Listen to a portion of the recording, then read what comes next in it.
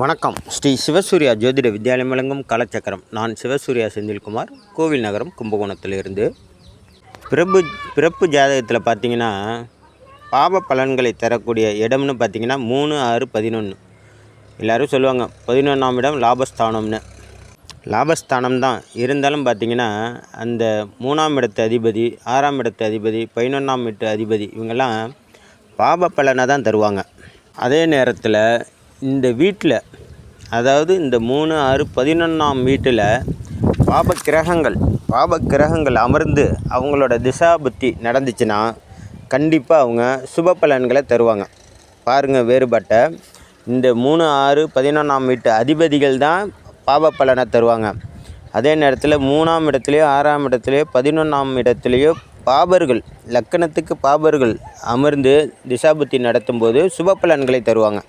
எவ்வளோ வேறுபாடை பார்த்துங்க.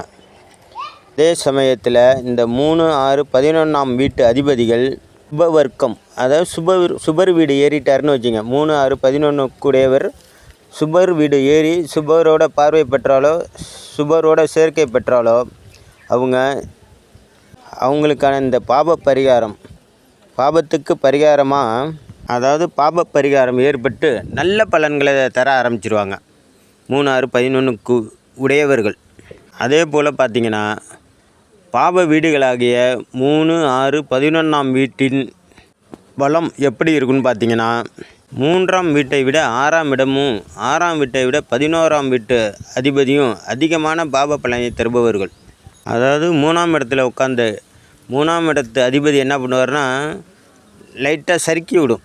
3ஆம் இடத்துல அதனுடைய திசாபுத்தி வரும்போது லைட்டாக சறுக்கி விடும் வாழ்க்கையில். இதே 6ஆம் இடத்து அதிபதியோட திசை வரும்போது குப்புறக்க தள்ளி விட்டுரும்.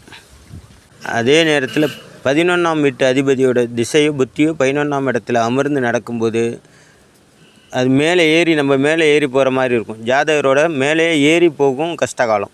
அவ்வளோ சிரமமான கஷ்டத்தை கொடுத்துரும்.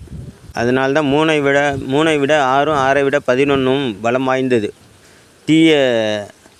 தீய பலனை கொடுப்பதில்லை. அதே நேரத்தில் அவர்கள் சுபர் வீடு ஏறிட்டால் நல்ல பலன்களை கொடுப்பார். தீய பலன்கள்